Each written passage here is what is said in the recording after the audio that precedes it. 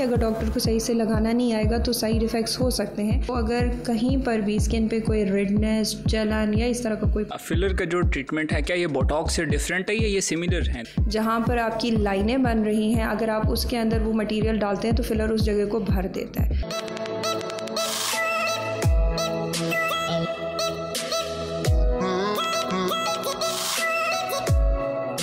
अस्सलाम वालेकुम, health cast एक नए एपिसोड के साथ हाजिर हैं।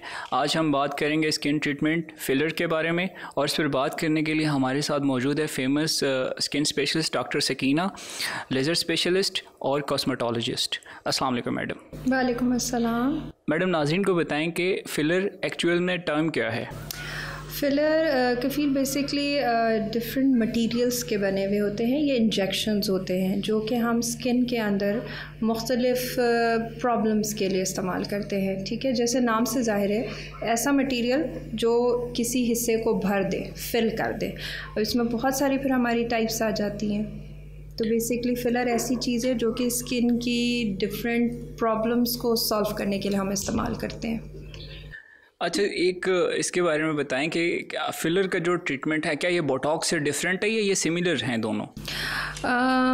टेक्निकल इसमें डिफरेंस है। इस्तेमाल दोनों का बेसिकली स्किन को जवान करने के लिए है। ठीक है, फिलर भी हम यूज़ कर रहे हैं फॉर स्किन रिजुविनेशन, बोटॉक्स भी हम इस्तेमाल कर रहे हैं फॉर स्किन रिजुविनेशन। बट दोनों में बेसिक डिफरेंस ये है कि बोटॉक्स एक बेसिक प्रोटीन है जो कि आपके जब हम स्किन के अंदर इंजेक्ट करते हैं तो आपके मसल्स को वो रिलैक्स करता है, जबकि फिलर एक ऐसा इंग्रेडिएंट होता है जो आपके स्किन के अंदर जहाँ पे खड्डे हैं, डिप्रेशंस हैं, जहाँ पर आपकी लाइनें बन रही हैं, अगर आप उसके अंदर वो मटेरियल डालते हैं तो फिलर उस जगह को भर देता है। तो बोटॉक्स डिफरेंट चीज़ का बना हुआ होगा, फिलर की जो कंसिस्टेंसी है वो डिफरेंट होगी, और इन दोनों की इसी वजह से इंडिकेशंस भी डिफरेंट होंगी और इस्तेमाल दोनों का फ़र्क हो जाता है। अच्छा, ये बताएं कि जो डर्मल फिलर है ये क्या सेफ़ है, और दूसरा ये कि काम कैसे करता है, और तीसरा ये कि ये कितना लॉन्ग टर्म चलता है, इसकी ड्यूरेशन क्या है? देखिए, जितने भी कॉस्मेटिक प्रोसीजर्स हैं ना, उसकी अगर हम सेफ्टी की बात करें, चाहे वो फिलर है, चाहे वो बोटॉक्स है, चाहे वो थ्रेड्स है, इवन लेज़र्स भी हैं, तो उसमें सेफ्टी में सबसे इम्पॉर्टेंट पॉइंट ये होता है कि आपका जो डॉक्टर उसको लगा रहा है, जो आपके ऊपर इस्तेमाल कर रहा है, वो कितना क्वालिफाइड है, उसका ईयर्स ऑफ एक्सपीरियंस कितना है। प्रॉब्लम्स तब आते हैं जब उनको लगाने का तरीका सही नहीं आ रहा होगा। ठीक है, अगर डॉक्टर को एनाटमी सही से पता नहीं है स्किन की, आपको ये नहीं पता कि किस जगह से कौन सी ब्लड वेसल गुजर रही है, किस जगह से कौन सी आर्टरी गुजर रही है, किस जगह पे फिलर लगाना है, किस जगह पे फिलर नहीं लगाना है। अगर डॉक्टर की बेसिक एनाटमी अच्छी नहीं है तो वो चाहे जितना भी अच्छे से अच्छा फिलर यूज़ करेंगे वो नुकसान दे सकता है। और अगर डॉक्टर क्वालिफाइड है, उसका एक्सपीरियंस बहुत अच्छा है, उसने बहुत सालों से और बहुत सारे पेशेंट्स में इंजेक्शंस इस्तेमाल किए हैं, तो डेफिनेटली आपको उस प्रोसीजर से साइड इफ़ेक्ट्स कोई नहीं होंगे। जो दूसरा सवाल आपका कि ये कितना अरसा स्टे करता है, अब हम फिलर्स की एक्चुअली हम पहले थोड़ी सी मैं टाइप्स को एक्सप्लेन कर दूं, फिर उसके बाद अगर हम इस पे बात करेंगे तो ज़्यादा चीज़ें क्लियर होंगी। कि फिलर्स जो है ना, हमारे पास 3 तरह के होते हैं, permanent, semi permanent and temporary या ट्रांजिएंट फिलर्स होते हैं। जो परमानेंट फिलर्स होते हैं वो सिलिकॉन बेस्ड होते हैं, वो आप एक दफ़ा लगा लें किसी एरिया पे, दोबारा ख़त्म नहीं हो सकते। ज़्यादातर बॉडी के शेप वगैरह बनाने के लिए वो इस्तेमाल होते हैं। और इसके अलावा जो आपके सेमी परमानेंट फिलर्स होते हैं वो फिलर्स होते हैं जो स्किन के अंदर से कोलेजन भी बना रहा होता है, तो उसमें आपके स्कप्टा जैसे आ जाता है। वो ऐसे फिलर्स होते हैं जो स्किन के अंदर कोलेजन या एक ख़ास प्रोटीन होता है जो स्किन को टाइट करता है, ये वो फिलर्स होते हैं। और फिर लास्ट में आते हैं हमारे टेम्परेरी या हाइलुरोनिक एसिड फिलर्स, जो आजकल बहुत कॉमनली इस्तेमाल हो रहे हैं, और आज हम ज़्यादा बात भी हाइलुरोनिक एसिड फिलर्स पे करेंगे क्योंकि ये FDA अप्रूव्ड है और साइड इफ़ेक्ट्स इसके कम से कम हैं।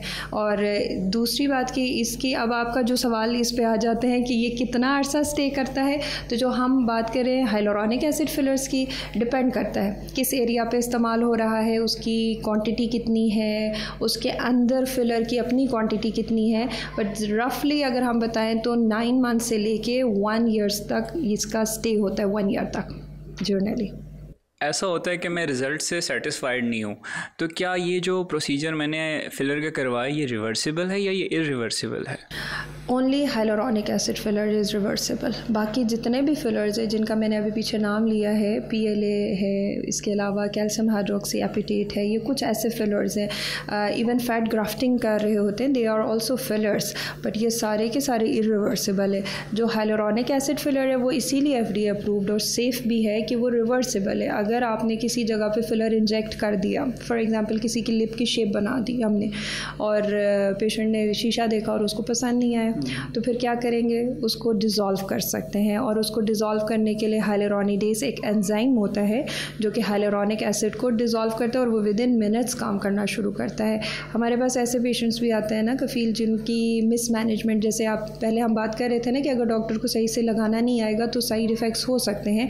तो फिलर का एक side effect is disfigurement of the face. ठीक है, आपकी शेप चेंज कर देंगे, आपकी शक्ल बदल देंगे, आपकी नोज़ की शेप वैसी जैसे आप बनाना चाह रहे हैं वैसी नहीं बन रही। या under I filler is a very tricky thing. Under eye area पे अगर बहुत क्वांटिटी में फिलर लगा देना तो वो आपने बेसिकली इस्तेमाल किया था यहाँ पे जो खड्डा था उसको भरने के लिए, आपने फिलर की क्वांटिटी लगा दी, वो 2 हफ्ते में पानी अब्जॉर्ब करता है और उसके बाद वो स्वेल हो जाता है, तो आँखों के नीचे बड़े बड़े आई बैग्स बने हुए होंगे। तो उसको ख़त्म करने के लिए आते हैं हमारे पेशेंट्स की, इसको ख़त्म करें, इसको डिज़ोल्व करें। तो एक इंजेक्शन आता है हाइलुरोनिडेज का और वो हम जैसे ही लगाते हैं वो फ़ौरन डिज़ोल्व करना शुरू कर देता है।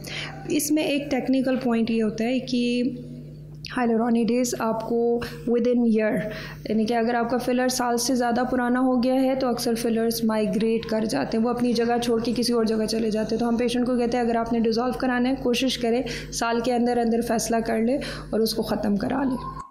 सही। अच्छा, ऐसा भी हो सकता है कि मैं अगर पैरेलल ट्रीटमेंट करवाना चाहता हूँ, लाइक मैं को बोटॉक्स भी साथ करवाना चाहता हूँ और साथ ही मैं फिलर ट्रीटमेंट करवाना चाहता हूँ, क्या ये मुमकिन है? बिल्कुल है जी, लेकिन इसमें ना फिर आपको ये करना पड़ता है कि हम दोनों ट्रीटमेंट एक दिन नहीं कर रहे, दोनों के बीच में स्पेस होना चाहिए। एग्ज़ाम्पल मैं इस तरह दूंगी कि मेरे पास अगर कोई पेशेंट आता है जिसकी फ़ोरहेड पे लाइनें हैं और फ़ोरहेड की लाइनें उसकी बहुत गहरी बन गई हैं, ठीक है, कुछ लाइंस ऐसी होती हैं जो कि आप एक्सप्रेशंस देते हैं तो बनती हैं, और कुछ आपने देखे होंगे लोग ऐसे होते हैं जिनकी एज ज़्यादा हो जाती है और वो अब एक्सप्रेशंस नहीं दे रहे, वो रिलैक्स बैठे हुए, आपको फिर भी लाइनें नज़र आ रही हैं। अब ऐसा पेशेंट कैंडिडेट होता है for the botox and the filler both, लेकिन फिर हम क्या करेंगे, हम उनको पहले बोटॉक्स लगाएंगे और फिलर उसका कम से कम 2 से 3 हफ्ते के बाद लगाएंगे। क्यों ये करेंगे? इसलिए क्योंकि जो बोटॉक्स है लिक्विड है, बिल्कुल पानी की तरह से होता है। अगर आपने 2-4 पॉइंट्स पे बोटॉक्स लगा दिया और उसी जगह पे आपने फिलर लगा दिया तो वो फिलर जो है हो सकता है उस बोटॉक्स के मटेरियल को इधर उधर डिस्प्लेस कर दे, किसी और जगह पर ले जाए, ठीक है। तो उससे क्या होगा कि जहाँ पे हम इसका रिज़ल्ट आते थे वहाँ के बजाय किसी और जगह पर रिज़ल्ट आएगा या साइड इफ़ेक्ट्स आएंगे। दूसरी वजह ये कि इकट्ठे एक ही दिन इसलिए नहीं इंजेक्ट करेंगे क्योंकि बोटॉक्स जब आप लगाते हैं तो उसको कम से कम 2 हफ्ते लगते हैं अपना कंप्लीट रिज़ल्ट देने में। तो 2 हफ्ते के अंदर अंदर ये होगा कि आपके काफ़ी हद तक लाइनें क्लियर हो चुकी होंगी। अब जब आप फिलर लगाएंगे तो आपको फिलर की क्वांटिटी कम इस्तेमाल करनी पड़ेगी। आपको हो सकता है पहले हम कहें कि जी 2 ml आप लगवा लें, तो बाद में जब आप 2 हफ्ते के बाद आएंगे क्योंकि काफ़ी हद तक लाइन्स बेहतर हुई हुई तो हम सिर्फ 1 ml यूज़ करेंगे, तो आपका पैसा भी बच जाएगा और आपको साइड इफ़ेक्ट्स भी नहीं होंगे। मैडम ये बताएं कि जो बोटॉक्स ट्रीटमेंट है और फिलर ट्रीटमेंट है, इसके बारे में आप प्लीज़ ये डिस्टिंग्विश कर दें कि आपकी खूबसूरती को बढ़ाने के लिए किया जाता है ये ट्रीटमेंट या आपकी ये मेडिकल ट्रीटमेंट में आता है? बोटॉक्स और फिलर्स बेसिकली बने ही मेडिकल ट्रीटमेंट के तौर पे इस्तेमाल होते थे पहले, लेकिन ये कि बाद में इस पर रिसर्च हुई और जो डिफरेंट डर्मेटोलॉजिस्ट हैं उन्होंने ये फाइंड आउट किया कि आप बोटॉक्स और फिलर्स को स्किन की ब्यूटिफिकेशन के लिए भी इस्तेमाल करते हैं। अब बोटॉक्स और फिलर्स जो है वो कौन से मेडिकल इंडिकेशंस है, जैसे कि अगर किसी की स्किन के अंदर खड्डे बन रहे हों, कुछ स्किन डिजीज़ है जैसे मॉर्फिया है, लाइपोएट्रोफीज़ हैं, उसके अंदर आपकी जल्द के अंदर से फ़ैट ख़त्म हो जाता है, तो ऐसी जगहों पर हम फिलर डाल सकते हैं। आपकी एक होती वो तो कॉस्मेटिक डिसफिगरमेंट ही है, बट ये है कि है तो स्किन की डिजीज़, उसको बेहतर करने के लिए। इसी तरह बोटॉक्स जो है माइग्रेन में, एसेंशियल ब्लेफरोस्पैज़म है जिसमें आंखें बंद हो जाती है, आइज़ ड्राई हो जाती हैं, उसमें इस्तेमाल हो रहे हैं। किसी को पट्ठों का दर्द रहता हो उसमें इस्तेमाल हो रहे हैं। तो बोटॉक्स के बहुत सारे मेडिकल यूजेस भी हैं इसके अलावा, और इसी तरह फिलर भी हम मेडिकली बहुत सारे कंडीशंस में इस्तेमाल कर रहे होते हैं।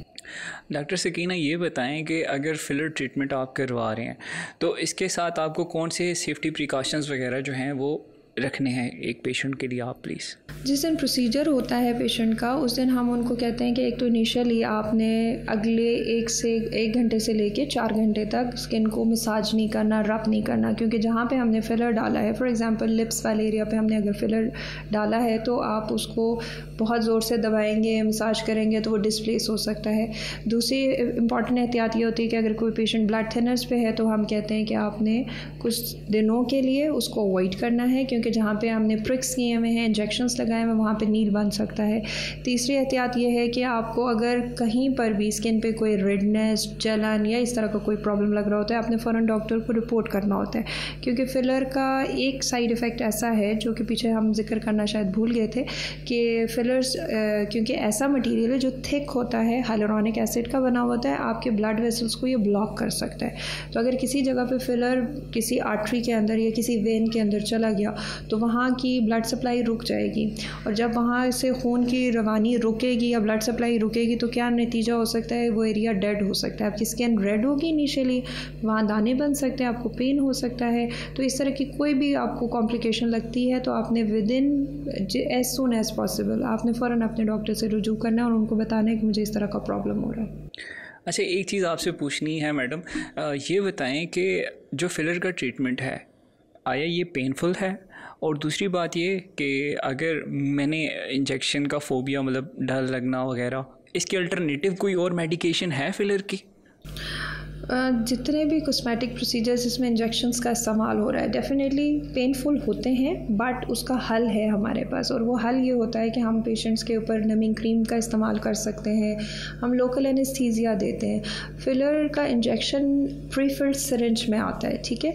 जब हम उसको इस्तेमाल कर रहे होते हैं तो हमारे पास 2 ऑप्शंस होते हैं, हम या आगे उसकी टिप नीडल की लगा लें, या एक हमारे पास ब्लंट नीडल आती है, उसकी टिप शार्प नहीं होती है। तो अक्सर जिन पेशेंट्स को बहुत ज़्यादा पेन होता है, उनका पेन का थ्रेशोल्ड अच्छा नहीं है, ऐसे पेशेंट्स में और इसके फिलर के प्रोसीजर को मज़ीद सेफ़ बनाने के लिए हम ब्लंट टिप कैनुलास इस्तेमाल करते हैं, जिसमें आपकी तकलीफ़ कम से कम होती है। फिर उसमें क्या करेंगे, जहाँ से हमने एंटर करनी है वो नीडल, सिर्फ उसी पॉइंट पे लोकल एनेस्थीसिया दे देंगे बहुत बारीक नीडल से, और उसके बाद हम वो नीडल जिसकी टिप शार्प नहीं है वो स्किन के अंदर इंट्रोड्यूस करते हैं, जिसके नतीजे में आपको कम से कम पेन होता है।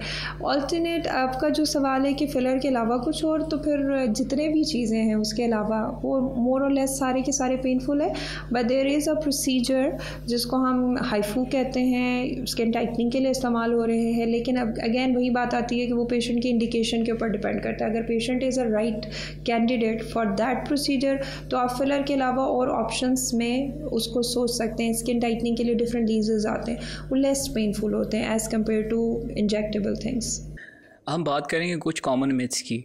तो डॉक्टर सकीना, ये बताएं नाजरीन को कि कुछ गलत फहमियाँ पाई जाती हैं, जैसे कि ये कहा जाता है कि जो आपका फिलर का ट्रीटमेंट है या तो ये सिर्फ औरतों के लिए या बूढ़ों के लिए।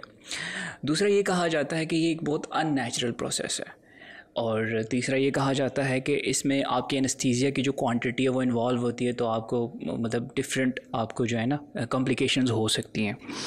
और द लास्ट वन, ये कहा जाता है कि जो आपका फेशियल एक्सप्रेशन है, यानी आपके जो फेस मूवमेंट है, उसमें कोई पर्टिकुलर आप करवा रहे हैं तो उसमें ये होता है कि आपका वो फ्रीज़ हो जाता है जहाँ पे आप उसका ट्रीटमेंट करवाते हैं। इन गलत फहमी को प्लीज़ आप जो है ना, इसमें सारी बात आती है कि आपके फिलर जब आप कर रहे हैं, doctor selection, patient selection, age, ये सब चीज़ें बहुत मैटर करती है।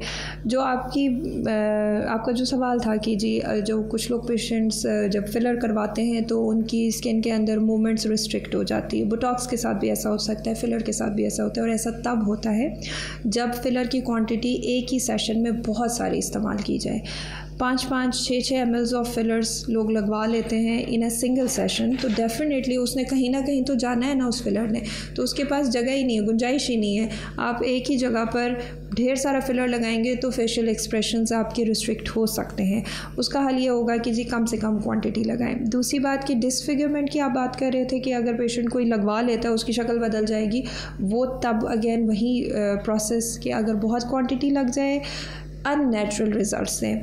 जो डॉक्टर कर रहा होगा ना वो डेफिनेटली आपसे पहले 15 से 20 मिनट या आधा घंटा उसके साथ आपकी कंसल्टेशन होगी, जिसमें उसने बैठ के आपके साथ सारी की सारी चीज़ें डिस्कस करनी है कि आपको कैसे रिजल्ट्स चाहिए और हम आपको कैसे रिजल्ट्स दे सकते हैं।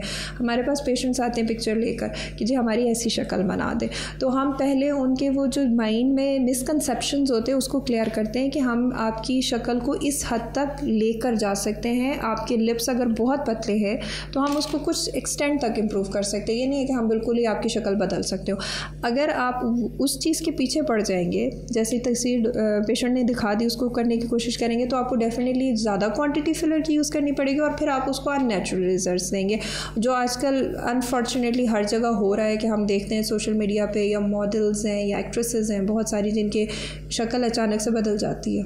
वो इसीलिए होती है कि उन्होंने, और लोग कहते हैं कि उन्होंने प्लास्टिक सर्जरी कराई हुई, they start with the botox and fillers initially and then they go to the plastic surgeries. तो वो बोटॉक्स और फिलर्स की क्वांटिटी बहुत ज़्यादा इस्तेमाल हर चीज़ की ज़्यादती नुकसानदेह। और दूसरी बात कि सिर्फ ख़वातीन में नहीं, ऐसा नहीं है, हमारे पास तो मेल्स भी बहुत सारे आ रहे होते हैं और इसमें जेंडर सिलेक्शन, जेंडर स्पेसिफिकेशन नहीं है। इसलिए नहीं है कि जिसको जिस हद तक प्रॉब्लम है हम उसी को डील करेंगे। अब वो प्रॉब्लम मेल्स को भी हो सकती है, मेल की भी तो नाक टेढ़ी हो सकती है, मेल को भी अंडर आई एरिया पे डार्कनेस आ सकती है, बिल्कुल ऐसे ही मेल्स को तो फोरहेड लाइंस और रिंकल सबसे ज़्यादा होते हैं। तो ऐसे लोग जिनको प्रॉब्लम होगी डॉक्टर से वो डिस्कस करेंगे और they can get the help of the doctor with the help of fillers and Botox, और आपकी स्किन को हम इम्प्रूव कर सकते हैं। बट अगेन वही बात घूम फिर के आ जाती है कि आपकी और डॉक्टर की एक पेज पे आना बहुत ज़रूरी है। आप दोनों ने बैठ के ये फैसला करना है कि आया मुझे फिलर से फ़ायदा होगा या नुकसान होगा। और इसके अलावा कफ़ील आपका जो बहुत इंपॉर्टेंट इसमें पॉइंट था कि एज फैक्टर, बहुत बूढ़े लोग करवा सकते हैं कि नहीं करवा सकते। बहुत बूढ़े लोगों की एक्चुअली स्किन के अंदर क्वालिटी ख़राब हो चुकी होती है, स्किन थिन हो चुकी होती है। जो हम शुरू से बोल रहे हैं कोलेजन है, इलास्टिन है, ये सब चीज़ें ख़त्म हो गई हैं। एजिंग का प्रोसेस होता है, एजिंग का प्रोसेस सिर्फ स्किन के अंदर नहीं होता है, एजिंग का प्रोसेस आपकी बोन से स्टार्ट होता है। आपकी स्कल की शेप चेंज हो रही होती है, फिर आपके फैट होता है उसके ऊपर, वो डिज़ोल्व हो रहा होता है, फिर आपकी स्किन की क्वालिटी ख़राब हो रही होती है। तो ऐसे patients are ideal candidate for plastic surgeries. हम प्लास्टिक सर्जरी से उनको ज़्यादा अच्छी इंप्रूवमेंट दे सकते हैं, but yes filler can help to some extent, और फिर उनके लिए हमें और भी ट्रीटमेंट्स करने पड़ते हैं जिनमें स्किन बूस्टर्स है। स्किन बूस्टर्स क्या करते हैं, आपकी स्किन के अंदर से कोलेजन बनाते हैं। तो हमने पहले स्किन के टेक्सचर को इम्प्रूव करना है और उसके ऊपर जब हम फिलर और बोटॉक्स का इस्तेमाल करेंगे तो उनको फ़ायदा ज़्यादा होगा और नुकसान कम से कम होगा। अच्छा, अगर मैं ट्रीटमेंट करवाने जा रहा हूँ फिलर का, तो बीइंग अ कैंडिडेट मुझे किन बातों का ख्याल रखना है और वो कौन सी बातें हैं जिनसे मैंने मॉलिज को अपने आगाह करना है? जैसे कि मैं आपको एक एग्जांपल देता हूँ, हेपेटाइटिस के पेशेंट्स होते हैं, तो प्लीज़ इसके बारे में ना नाज़रीन को आगाह कर दीजिए। डेफिनेटली आप जब अपने डॉक्टर के पास जाएंगे तो आपकी एक मेडिकल हिस्ट्री ली जाएगी। डॉक्टर ने आपकी पूरी starting from your diabetic status, आपको ब्लड प्रेशर तो नहीं है, आप किसी जो हम ऑलरेडी डिस्कस कर चुके हैं कि ब्लड थिनर्स पे तो नहीं है, इसके अलावा कभी किसी मेडिसिन से आपको रिएक्शन तो नहीं हुआ, और इसके अलावा आपको अगर खुदा न खास्ता हेपेटाइटिस है तो definitely we are going to use needles, तो हमने इस चीज़ का भी ध्यान रखना है। फिर कुछ पेशेंट्स ऐसे होते हैं जिनके अंदर हार्मोनल चेंजेस की वजह से भी प्रॉब्लम्स आ रहे होते हैं, तो ऐसे कैंडिडेट्स को हमने उनके वो वाले मसले मसाइल साथ साथ हल करने हैं। ये नहीं है कि वो फिलर के लिए आ रहे हैं और हमने उन सारी चीज़ों को निगलेक्ट कर दिया, और इसीलिए इसी रीज़न की वजह से डायबिटीज़ जो है वो is a relative contraindication for filler and Botox. क्योंकि डायबिटिक पेशेंट्स में क्या होता है कि उनकी वुंड हीलिंग अच्छी नहीं है, उनकी इम्यूनिटी डाउन हुई हुई है। ऐसे पेशेंट्स पे अगर बहुत मजबूरी आप कर सकते हो फिलर, लेकिन कर लिया तो उनको नुकसान भी हो सकता है। तो आपने पहले उनका डायबिटीज़ का कंट्रोल अच्छा देखना है, वो उनके बाकी मसले मसाइल हल हुए में हो तो आपने बाकी चीज़ों पे जाना है। आप जब डॉक्टर के पास जाएंगे तो आपने जो चीज़ें, जिन चीज़ों का ख्याल रखना है वो ये है कि आपने, मैं हर पेशेंट को कहती हूँ कि अपने डॉक्टर के बारे में ज़रूर रिसर्च करें, आप उसकी क्वालिफ़िकेशंस देखें, नेट पे देखें, आपको हर जगह से डॉक्टर की क्वालिफ़िकेशन मिलती है। और मैं अक्सर ये भी कहती हूँ, मुझे शायद डॉक्टर कम्युनिटी जो है ना हमारी किसी दिन इस चीज़ पे आके रोके ही ना, कि मैं हर पेशेंट को कहती हूँ आप जाके अपने डॉक्टर का सर खाया करें, this is your right, you can ask the doctor कि आपका कितने ईयर्स का एक्सपीरियंस है, आप ये जो प्रोसीजर कर रहे हैं आपकी इसमें प्रॉपर ट्रेनिंग भी है कि नहीं है। हमारी सोसाइटी में तो हर दूसरा तीसरा बंदा जो है ना हर तरह का प्रोसीजर कर रहा है, तो दिस इज़ योर ड्यूटी कि आप पहले रिसर्च करें डॉक्टर इज़ क्वालिफाइड और नॉट। और फिर मैं दूसरी इंपॉर्टेंट बात पेशेंट को ये कहती हूँ कि आपने डॉक्टर के पास बैठ के एक पेज पे इसलिए आना है कि आपको जो रिजल्ट्स चाहिए, अगर डॉक्टर ने कहा कि नहीं हम इसको किसी और तरीके से करेंगे और आप सेटिस्फाइड नहीं है, आपने फिर भी उनसे प्रोसीजर कराया, तो फिर डेफिनेटली आपको प्रॉब्लम्स होंगे। तो इन चीज़ों का ज़रा सा अपनी रिसर्च करके, आजकल हर जगह पर आपको हर चीज़ मिल जाती है। मेरा यही सवाल था आपसे एक्चुअली कि डिफरेंट क्रैक्स होते हैं, अब उनको कैसे हम जो है ना, रिस्क फैक्टर तो हर जगह पे होता है, एक्सपर्ट्स होते हैं, आप उनके पास भी जाते हैं, तो आपको कहीं ना कहीं ये डर तो लगा ही रहता है कि इनकम्प्लीट ट्रीटमेंट, क्योंकि जो ये ट्रीटमेंट्स होते हैं फिलर के हो गए, बोटॉक्स के हो गए, मोस्टली दे आर कॉस्टली, तो कॉस्ट इकॉनमी के चक्कर में क्या करते हैं स्विच करते हैं। मैं आप प्लीज़ बता दें कि उसके क्या नुकसानात होते हैं। देखिए उसमें ना जो आपने कॉस्ट की बात की है ना, उसमें बताए फिलर्स के केस में क्या चीज़ हो रही होती है कि फ़िलर्स आर मेड ऑफ कंपनीज़ का बहुत ज़्यादा इसमें फ़र्क है ना, कोरियन है, इटालियन है, अमेरिकन है, फ्रेंच है, तो ये डिफरेंट ब्रांड्स आ रहे होते हैं और अनफॉर्चुनेटली बहुत सारे ब्रांड्स की कॉपीज़ भी आ रही होती है। अब आपका अगर डॉक्टर क्वालिफाइड होगा और वो ऑनेस्ट होगा आपके साथ, तो वो पहले आपको बताएगा कि हम आपके ऊपर कौन सा वाला फ़िलर यूज़ कर रहे हैं, वो आपको दिखाएगा भी कि हमने ये वाला फ़िलर यूज़ किया, क्योंकि ऐसे केसेस होते हैं कि लोग हमारे पास आते हैं, किसी क्वैक से उन्होंने इंजेक्शन लगवा लिया, उन्होंने ना दिखाया ना बताया और 3 महीने के अंदर अंदर उसका रिज़ल्ट ख़त्म हो गया। वो शायद कोई चाइनीज़ फिलर यूज़ किया होगा, कोई चीप फिलर उन्होंने यूज़ किया होगा और उसके साथ उनको कोई मसले मसाइल भी डेफिनेटली होंगे।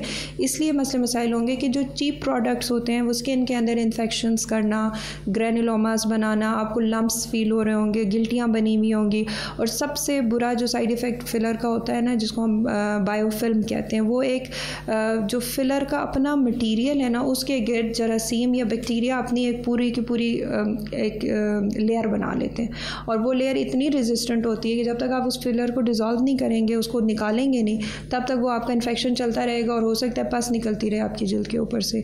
तो आपके डॉक्टर के पास जब जाएंगे तो डेफिनेटली आपने ये भी देखना है वो फिलर किस क्वालिटी का यूज़ कर रहे हैं। अगर चीप क्वालिटी होगी प्रॉब्लम्स होंगे। और एक और इम्पॉर्टेंट कॉम्प्लिकेशन जिसका हम जिक्र पहले भी करते रहे कि ब्लाइंडनेस हो सकती है विद द फिलर्स, और बहुत रेयर चीज़ है, रिपोर्टेड है in through out the world, in hundreds, in less than 100 cases हो चुके हैं अब तक, और वो भी तब हो रहा होता है जब आपका जो डॉक्टर है उसके पास एक्सपीरियंस नहीं है, उसको स्किन के बारे में सही से नहीं पता, उसने किसी गलत जगह पे इंजेक्ट कर दिया। और गलतियां तो किसी से भी हो सकती है, चाहे वो एक्सपीरियंस भी उससे गलती हो सकती है, लेकिन जो एक्सपीरियंस डॉक्टर होगा उसको पता होगा कि मैंने फिलर किसी गलत जगह पे चला गया है, किसी आर्टरी में चला गया, तो अब इसके साइन सिम्टम्स क्या है और इसको मैंने रिवर्स कैसे करना है। तो क्वालिफाइड डॉक्टर के पास जाने का फ़ायदा ये होगा कि अगर कोई चीज़ गलत हो भी जाती है तो वो आपको उसी टाइम रेस्क्यू भी कर देंगे। डॉक्टर सकीना, आप एक तो पहली बात ये बताएं कि ये प्रोसीजर्स इतने महंगे क्यों हैं, और प्रोग्राम के एंड के ऊपर आप नाज़रीन के लिए कोई अहम पैगाम देना चाहें तो आप प्लीज़। अच्छा, कफ़ील बेसिकली क्यों इतने एक्सपेंसिव है, क्योंकि हम जितने भी ये कॉस्मेटिक प्रोसीजर्स हैं इनको हम कहते हैं कि these are not the necessity, it's a luxury basically. तो जिसको प्रॉब्लम लग रही होगी वो करवाएंगे, लेकिन अब साथ में क्योंकि आपने कहा कि मुझे एक टेक होम मैसेज भी देना है, तो टेक होम मैसेज ये है कि अगर आप चाहते हैं कि आपको कम से कम फिलर और बोटॉक्स पे जाने की ज़रूरत कम से कम पड़े, तो उसके लिए आपको अपनी स्किन का बहुत ख्याल रखना होगा। और स्किन को ख्याल रखने में आपकी डाइट, जिनमें फल सब्जियों का इस्तेमाल ज़्यादा से ज़्यादा होना चाहिए, स्ट्रेस जो कि बहुत ज़्यादा आपकी स्किन को डैमेज करता है, आपने वो कम से कम लेना है, आपका सन एक्सपोजर बहुत कम होना चाहिए, और लास्टली आपकी पानी की इंटेक बहुत अच्छी होनी चाहिए। ये चंद अवामिल ऐसे हैं जिनका अगर आप रेगुलर इस्तेमाल करें और इनका ध्यान रखें तो आपको इस तरह के एक्सपेंसिव कॉस्मेटिक प्रोसीजर्स पे जाने की ज़रूरत कम पड़ेगी। और मैं हमेशा एक टेक होम मैसेज ज़रूर ये देती हूँ कि drink healthy, wear healthy and eat healthy, ये 3 चीज़ों का आपने बहुत ख्याल रखना है। ड्रिंक हेल्दी में आपका पानी and fresh juices, eat healthy में फल और सब्जियां बहुत ज़्यादा, और वेयर हेल्दी में एक तो सन ब्लॉक का इस्तेमाल बहुत आपने करना है, और आपके जितने भी कॉस्मेटिक आइटम्स हैं वो बहुत अच्छे होने चाहिए। जी नाज़रीन, ये थी हमारे साथ doctor Sakina, skin specialist from Sakina clinics. उम्मीद करते हैं इनके दिए गए इंस्ट्रक्शंस, इनके दिए गए मैसेजेस आपके लिए मुफीद साबित होंगे। इंशाल्लाह एक नए एपिसोड के साथ फिर हाज़िर होंगे।